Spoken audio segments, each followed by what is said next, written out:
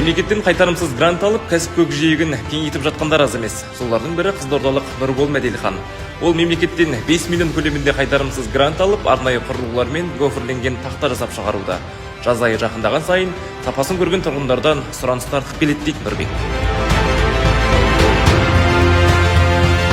Біз мына жерде профлисті өндірісімен айналысамыз. Өйткені біздің Қызылордада бұндай өндіріспен ешкім айналыспайды.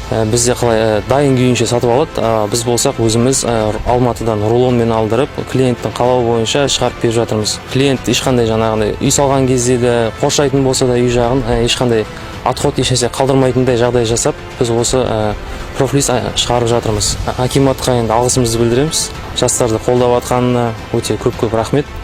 Біз енді осының арқасында қазір кәсібіміз дөңгелетіп жатырмыз.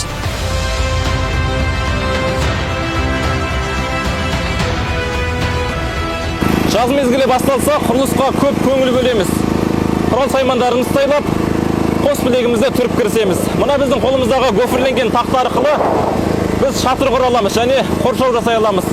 Айта кетейік, бұл татымды тірліктің барлығы мемлекеттік қайтарымсыз грант арқылы жүргізіліп жатыр.